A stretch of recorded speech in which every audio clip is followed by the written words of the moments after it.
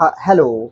आप सभी का मेरे यूट्यूब चैनल में बहुत-बहुत स्वागत है। आज हम फिर से बात करने वाले हैं संविधान सभा और बेसिकली संविधान सभा के बाद संविधान निर्माण की बात करने वाले हैं। तो पिछली क्लास में हमने देखा था, जब हम पढ़ा रहे थे पिछली क्लास में, तो हमने बताया था कि कैबिनेट मिशन कैसे भारत आया और उसके बाद संविधान सभा का निर्माण हुआ और फिर संविधान सभा से भारतीय संविधान का निर्माण हुआ। तो आज हम उसी टॉपिक को कंटिन्यू आगे बढ़ाते हुए हम फिर से बात करने वाले हैं कैबिनेट मिशन तथा भारतीय संविधान सभा का निर्माण। तो ठीक है, अब हम आज क्लास को स्टार्ट करते हैं। कल की क्लास आपने देख ली होगी और कोई भी डाउट हो तो आप कमेंट बॉक्स में कमेंट कर सकते हैं। बाकी कल जो हमने पढ़ाया था वो आपको हमने पढ़ाया था जो कि कैसे संविधान सभा का निर्माण होता है और कैसे कैबिनेट मिशन संविधान सभा की पूर्ण स्वीकृति दे देती है।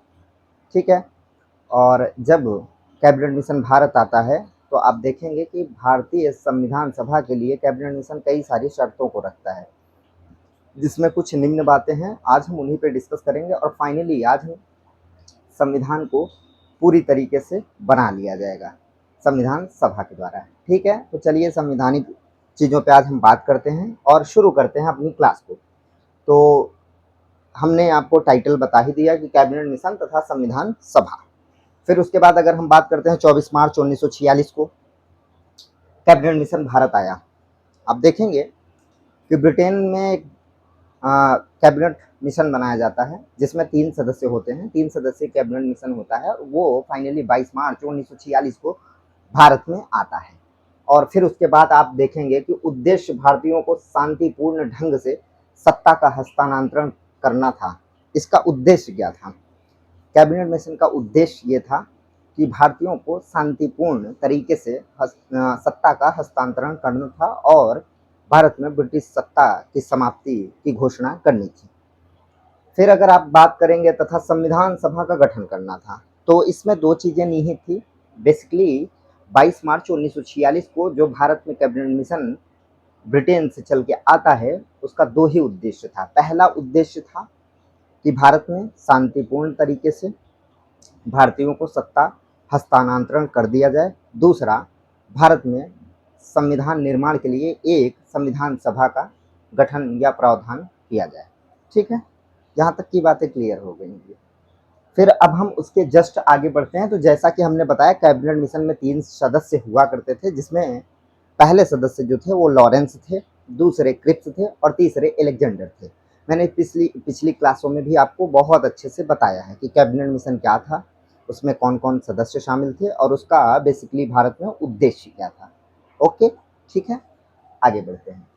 तो मैंने बता दिया लॉरेंस, क्रिप्स और अलेक्जेंडर। फिर भारतीय नेताओं से बातचीत कर इनका बेसिकली जो काम था वो था कि भारत में जो बड़े भारतीय नेता हैं, जैसे गांधी जी, सुभाष चंद्र बोस, उसके बाद आप अगर बात करेंगे तो जो और बड़े नेताओं में कुछ नाम ऐसे हैं जिनका आप भारतीय संविधान में बहुत ही, जैसे अंबेडकर जी हैं, एम एन रॉय हैं, तो इन सब की महत्वपूर्ण भूमिका, सच्चिदानंद सिन्हा जी हैं, इन सब की बहुत ही महत्वपूर्ण भूमिका रही है भारतीय संविधान बनाने में। ठीक है, तो इन्हीं नेताओं से बेसिकली ये कैबिनेट मिशन योजना के तहत जो सदस्य आते हैं 3, वो इन्हीं नेताओं से बातचीत करते हैं किस पे? संविधान सभा के निर्माण के बारे में। ठीक है, तो जैसा मैंने बताया 16 मई 22 मार्च को ये आते हैं। 16 मई 1946 में 16 मई 1946 में आप देखेंगे संविधान सभा के बारे में निम्न बातों का प्रावधान करते हैं। कौन करते हैं? इन नेताओं और कैबिनेट मिशन के जो सदस्य थे, इन नेताओं और सदस्यों के बीच में ये बातचीत होती है कि किस मानक पे संविधान सभा का निर्माण किया जाएगा। उन्हीं निम्न बातों पे ये चर्चा करते हैं। उन्हीं बातों पे हम भी अब चर्चा करने वाले हैं। ओके, ठीक है, आगे की बात हम करते हैं। तो आप देखें, ये कहा गया कि संविधान सभा का गठन अप्रत्यक्ष रूप से विधानसभाओं द्वारा किया जाएगा। बेसिकली जो संविधान सभा का गठन था वो अप्रत्यक्ष तरीके से विधानसभाओं, जो हमने पिछली क्लास में बताया था कि विधानसभाएं बनाई गई थी, जिसमें इलेक्ट होके लोग जाते थे, चुन के लोग जाते थे और एक सरकार का गठन करके एक सरकार चलाते थे। ठीक है, एक भारत में एक देशी रियासतों, या फिर यूं कहिए कि जो लोग इलेक्ट होके चुन के जाते थे, वो आप देखेंगे कि विधान सभाओं में, यहाँ आप देख लीजिए यहाँ पे सीधा सीधा लिखा है विधानसभाओं द्वारा किया जाएगा। तो ये जो संविधान सभा का गठन था वो अप्रत्यक्ष अप्रत्यक्ष तरीके से, इनडायरेक्ट तरीके से विधानसभाओं द्वारा किया जाएगा, क्योंकि विधानसभाओं में जो लोग चुन के जाते थे वो भारतीय जनता का प्रतिनिधित्व तो विधानसभाओं में करते थे। जैसे आज के टाइम में लोकसभा में जो हमारे प्रतिनिधि बैठते हैं वो भारत की जनता से इलेक्ट या चुन के जाते हैं और हमारे अधिकारों की बात करते हैं, और हमारा जो है उसमें इनडायरेक्ट तरीके से हम उसमें पार्टिसिपेट या भागीदार हो जाते हैं। ये बात यहाँ पे। फिर आप देखेंगे अर्थात भारत की जनता का प्रत्यक्ष रूप से भागीदारी नहीं करेगी। भारत की जनता इसमें प्रत्यक्ष रूप से कैसे भागीदारी कर सकती थी? लाखों लाख लोग थे, करोड़ों करोड़ों की बात थी। अगर हर व्यक्ति जाके वहां भागीदारी करता तो फिर तो संविधान सभा ही नहीं बन पाती। और जब भारत में भारतीय संविधान सभा ही नहीं बन पाती तो भारतीय संविधान या भारतीय कॉन्स्टिट्यूशन या इंडियन कॉन्स्टिट्यूशन कैसे डेवलप होता, कैसे बनता? आप ही सोच के देखिए। इसीलिए इसमें ये प्रावधान किया गया कि भारतीय जनता अप्रत्यक्ष तरीके से अपने प्रतिनिधियों के माध्यम से, जो उनके प्रतिनिधि प्रत्यक्ष तरीके से भारतीय संविधान सभा में अपना एक वोट दे के संविधान सभा में सदस्यों का गठन करेंगे, और फिर वो संविधान सभा संविधान निर्माण की प्रक्रिया में शामिल होकर संविधान निर्माण का काम करेगी। ओके, ठीक है। तो यहाँ पे भारत की जनता प्रत्यक्ष तरीके से भागीदार नहीं होगी। फिर इसमें बात किया जाए कुल सदस्य जो होंगे, उसमें क्या कहा गया? 389 सदस्य, 389 389 सदस्यों की बात की गई। कुल 389 सदस्य होंगे, जिसमें से 292 मतलब 292 ब्रिटिश प्रांतों से होंगे। अच्छा, 292 ब्रिटिश, जो ब्रिटिश प्रांत हुआ करते थे बेसिकली, उनमें से 292 ब्रिटिश प्रांतों से होंगे और 73 देसी रियासतों से। यही ब्रिटिश प्रांत थे जो ब्रिटिश की गवर्नमेंट गवर्न बेसिकली प्रत्यक्ष तरीके से करती थी, और देसी रियासतों पे अप्रत्यक्ष तरीके से नियंत्रण उन पे भी था, लेकिन उन्हें राजा या नवाब बने दिया गया था।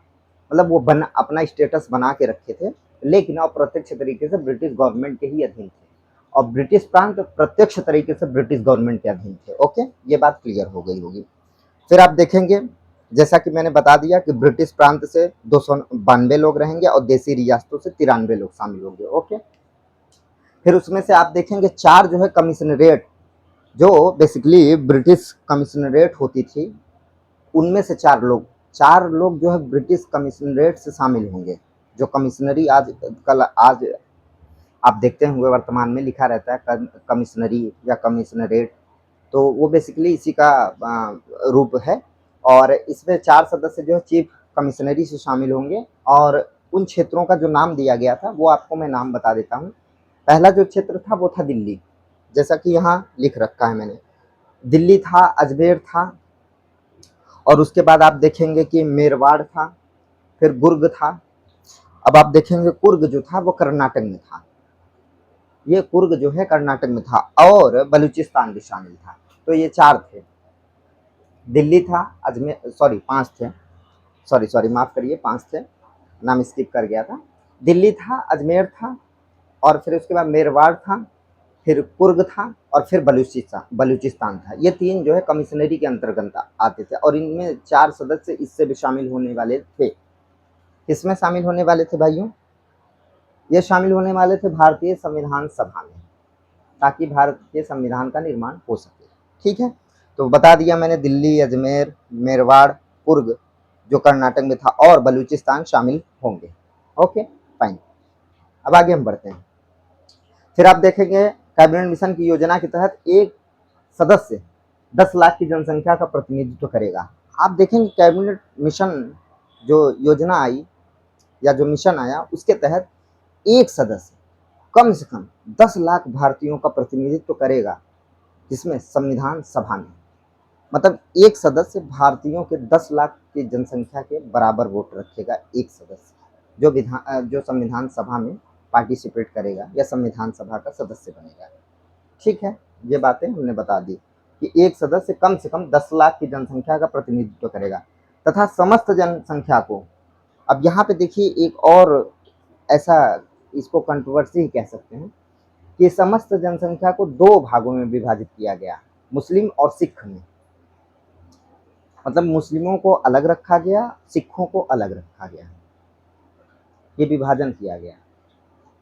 ठीक है, यहाँ पे आप देखिए, तथा समस्त जनसंख्या को मुस्लिम तथा सिख में विभाजित किया गया। मुस्लिम और सिख को अलग करके विभाजित करके देखा गया यहाँ पे संविधान सभा के निर्माण में। फिर आप बात करते हैं देसी रियासतों के प्रतिनिधि।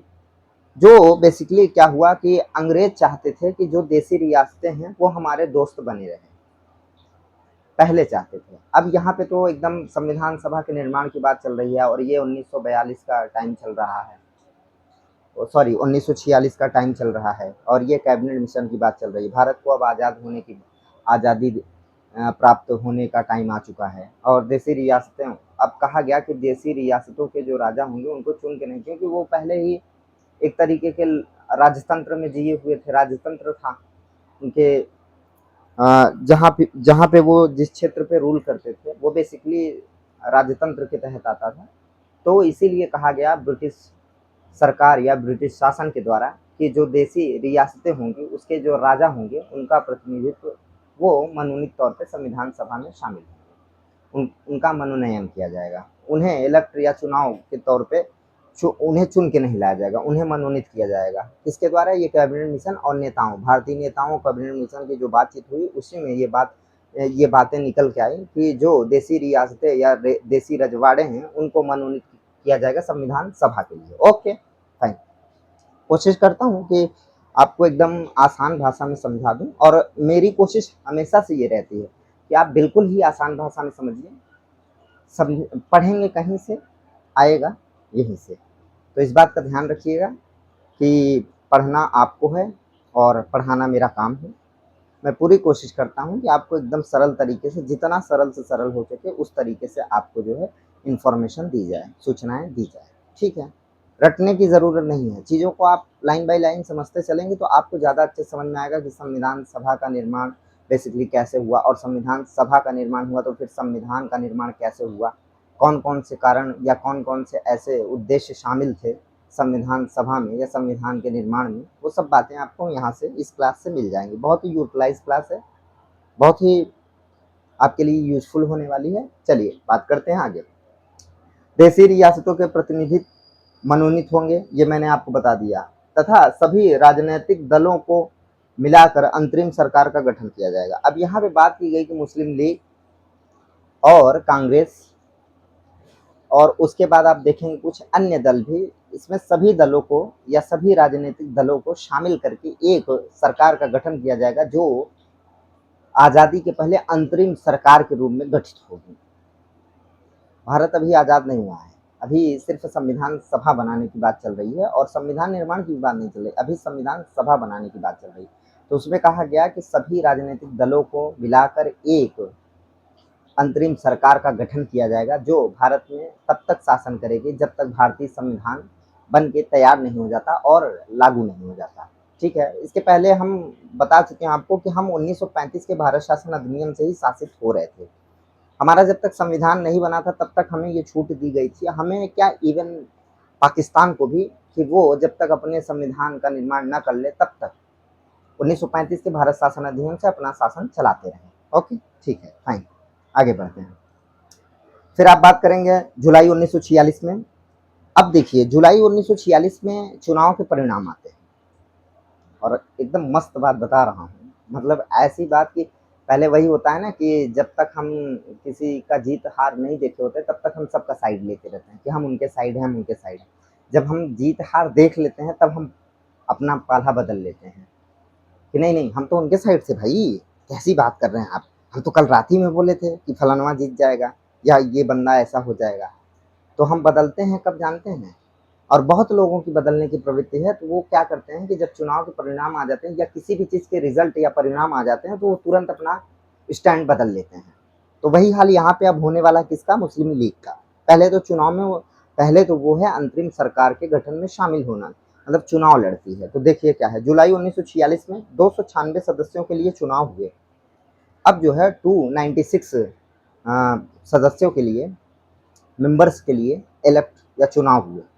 और उसमें क्या हुआ कि अब आप देखेंगे कि कांग्रेस को 208 सीटें प्राप्त हो गई, 208 208 सीटें कांग्रेस को चली गई और 73 मतलब 73 सीटें मुस्लिम लीग को प्राप्त हुई। और कुछ अन्य 15 सीटें अन्य पार्टियों को प्राप्त हुई, जिसमें अंबेडकर जी की भी एक पार्टी थी। अंबेडकर जी भी एक स्वतंत्र चुनाव अपनी पार्टी से लड़े थे। इस अंतरिम सरकार की मैं बात कर रहा हूँ। तो इसमें क्या हुआ कि 208 सीटें कांग्रेस को चली गई, 208 कांग्रेस को, 73 मुस्लिम लीग को और 15 अन्य सदस्यीय या अन्य दलों को प्राप्त हुई। अब यहाँ पे जो ट्विस्ट आया वो ये आया कि आप देखेंगे कि मुस्लिम लीग ने इस चुनाव का बहिष्कार करना शुरू कर दिया है। उसको ऐसा लगता था कि जो चुनाव हुए हैं वो कहीं ना कहीं कांग्रेस के फेवर में चले गए, जो भारतीय राष्ट्रीय कांग्रेस के नाम से आज भी जानी जाती है और उस समय भी जानी जाती थी। तो हुआ यूं कि कांग्रेस में भी कुछ मुस्लिम सदस्य शामिल थे और वो भी चुनाव कांग्रेस की पार्टी से लड़ते हैं और वो जीत जाते हैं। अब इस बात पे विरोध था मुस्लिम लीग का। मुस्लिम लीग का कहना था कि मुस्लिमों का प्रतिनिधित्व तो सिर्फ और सिर्फ मुस्लिम लीग कर सकती है, लेकिन यही कांग्रेस का उलट था। कांग्रेस का कहना था कि भारतीय राष्ट्रीय कांग्रेस हिंदू, मुस्लिम, सिख, ईसाई, पारसी, जैन सभी का प्रतिनिधित्व करती है और सबको ये अपने पार्टी में समाहित करती है। यहाँ पे कोई हिंदू मुसलमान नहीं किया जा सकता। इसी बात का विरोध, और जब चुनाव में उन्हें 73 सीटें प्राप्त हुई मुस्लिम लीग को, तो जिन्ना इस चुनाव का बहिष्कार करने का निर्णय लेते हैं और उन्होंने बाकायदे बहिष्कार भी किया इसका। ठीक है, वो शामिल नहीं हुए, वो इसका बहिष्कार किए, चुनाव का बहिष्कार किए। बहिष्कार करने के बाद परिणाम स्वरूप मुस्लिम लीग ने जो है बहिष्कार किया और फिर ये चुनाव का परिणाम, अब जब जो पार्टियां चुनाव लड़ती हैं, जब एक पार्टी उसका बहिष्कार कर देगी तो जाहिर सी बात है कि दूसरी पार्टी का वर्चस्व तो रहेगा, लेकिन वो चीज़ें नहीं आएंगी जो हम सोचते हैं कि एक पार्टी को हरा के हमें कितना आगे जाना है। ठीक है, चलिए यहाँ तक की बात हमने क्लियर कर ली। अब हम बात करते हैं कि भारतीय संविधान 1946 पहली बैठक आप देखेंगे भारतीय संविधान सभा की जो हुई वो हुई 9 शायद आई थिंक, तो मुझे याद नहीं आ रहा है। हाँ, जो पहली बैठक हुई थी संविधान सभा की वो 9 दिसंबर 1946 को हुई थी। कभी कभी चीज़ें स्किप करने लगती हैं माइंड से। तो पहली बैठक 9 दिसंबर 1946 को हुई थी। फिर आप देखेंगे दूसरी बैठक शायद आई थिंक 11 दिसंबर 1946 को ऐसे ही हुई थी। एग्जैक्ट वो डेट जल्दी मेंशन नहीं किया जा सकता, और चीज़ें ऐसी भी होती हैं कि कभी कभी स्किप कर जाते हैं। फिर आप देखेंगे कि भारतीय संविधान का निर्माण होता है 26 नवंबर 1949 को। कुछ भारतीय संविधान की चीज़ें लागू कर दी जाती हैं। ठीक है, कंप्लीट हो जाता है 26 नवंबर 1949 को। कुल मिला के आप देखेंगे कि भारतीय संविधान में फाइनली 26 नवंबर 1949 को 284 लोगों ने हस्ताक्षर किए और भारतीय संविधान उस दिन अंगीकृत कर लिया गया। ठीक है, तो 26 नवंबर 1949 को 284 लोगों ने हस्ताक्षर किए और भारतीय संविधान उस दिन बन के तैयार हो गया। भारतीय संविधान को बनने में बड़ा ही टाइम लगा। आप देखेंगे कि 2 साल 11 माह 18 दिन का टाइम लगा भारतीय संविधान को डेवलप या बनाने में। काफ़ी चीज़ें भारतीय संविधान में शामिल हैं, इसलिए भारतीय संविधान काफ़ी बड़ा हो गया। भारतीय संविधान में संघ के साथ साथ राज्यों के विषयों को भी शामिल किया गया है। और आपको मैं बता दूं कि राज्यों में भी पंचायती राज और तमाम जितने भी नियम, कानून, एक्ट, सारी चीज़ों को भारतीय संविधान में शामिल किया गया। इसलिए भारतीय संविधान बनाने में काफ़ी टाइम लगा। 2 साल 11 माह 18 दिन का टाइम लगा। उसके बाद भारतीय संविधान काफ़ी बड़ा हो गया और फाइनली भारतीय संविधान 26 जनवरी 1950 को पूर्णतः लागू हो गया पूरे भारतवर्ष पे। तो ये रही कहानी। और टोटल 11 बैठकें हुई थी संविधान सभा की। टोटल 11 बैठकें हुई थी। 11 बैठकों में आप देखेंगे कि भारतीय संविधान बनके तैयार होता है और फिर फाइनली भारतीय संविधान 26 जनवरी 1950 को गणतंत्र के रूप में हम उसको लागू करते हैं और फिर हम एक गणतंत्रात्मक राज्य बन के सामने आते हैं। मैंने आपको बता ही दिया कि 9 दिसंबर 1946 को पहली बैठक इसकी हुई। फाइनली ये 26 नवंबर 1949 को भारतीय संविधान पर हस्ताक्षर हुए। 284 लोगों ने हस्ताक्षर किए और फिर भारतीय संविधान अंगीकृत, अधिमार्जित और एक्सेप्ट कर लिया गया। ठीक है, तो ये रहा आज का पूरा हमारा सेशन और ऐसे ही आगे क्लास आती रहेंगी। बाकी आप लोग समझदार हैं, कोशिश करिए कि क्लास को देखिए, जो डाउट हो वो